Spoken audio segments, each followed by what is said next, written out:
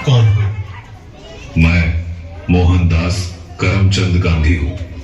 मोहनदास करमचंद गांधी अर्थात महात्मा गांधी?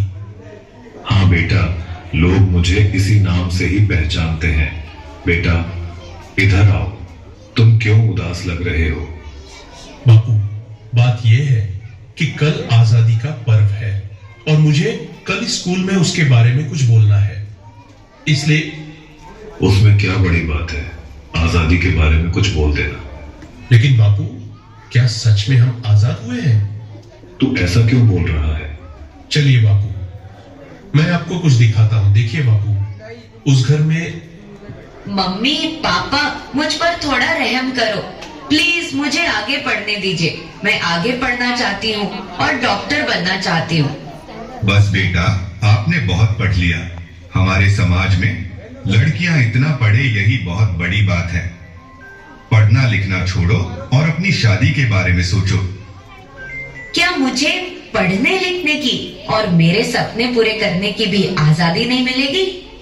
आइए बापू, उस घर में भी देखते हैं। मेहरबानी करके आप यह व्यसन छोड़ दो और घर में भी ध्यान दिया करो। अब हमारे घर में खाने के लिए अनाज का दाना भी नहीं है। वह सब कुछ मुझे नहीं पता, बस मुझे पैसे दो। मेरा शरीर कांप रहा है और दिमाग काम नहीं कर रहा है। अब जल्दी पैसे दो, मुझे देर हो रही है। नहीं, यह पैसे मैं नहीं दूंगी। ये तो बच्चों की किताबें लेने के लिए रखे हैं। चुपचाप मुझे पैसे दो और यहाँ से हटो, मुझे जाने दो।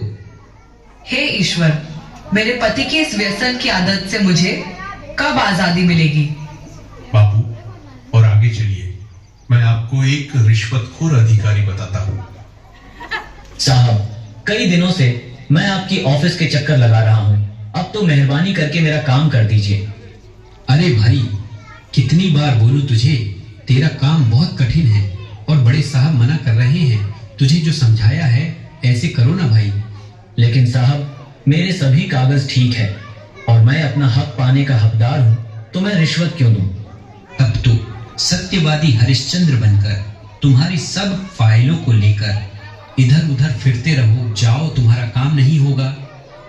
हे ईश्वर, हमारे जैसे ईमानदार लोगों को ऐसे रिश्वतखोर अधिकारियों से कब आजादी मिलेगी? चलो बापू आगे। अरे भैया, ठीक से तोल माप किया करो। गेहूं और चावल तो मिले, पर दूसरी चीज कहां पर है? अरे भैया, आपको जल्दी आना चाहिए ना। बाकी सामान तो सब खत्म हो गया है। आगे से ही कम सामान आया था, उसमें हम क्या कर सकते हैं? आपने तो कल ही सामान देना शुरू किया है, तो खत्म कैसे हो सकता है? अरे यहाँ से निकलो भैया, और लोग भी लाइन में राह देख रहे हैं। आपको जो शिकायत है वह बड़े अधिकारी से जाकर करना है। हे भगवान, हम गरीबों को ऐसे अनाज की तस्करी करने वाले लोगों से कब आजादी मिलेगी? देखा ना बापू आपने, क्या आपको लग रहा है कि सच में हमारा देश आजाद हुआ है? आज के समय में भी लड़कियों को पढ़ने की आजादी नहीं है। आज के समय में बहुत सारे लोग व्यसन के अधीन होकर अपने घर की जिम्मेदारी को भूल रहे हैं। यहाँ पर सरकारी अधिकारी भी रिश्वत लेकर अपना काम करते हैं।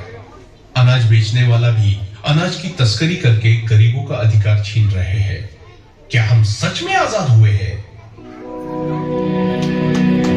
हमें देखनी है आजादी हर हाल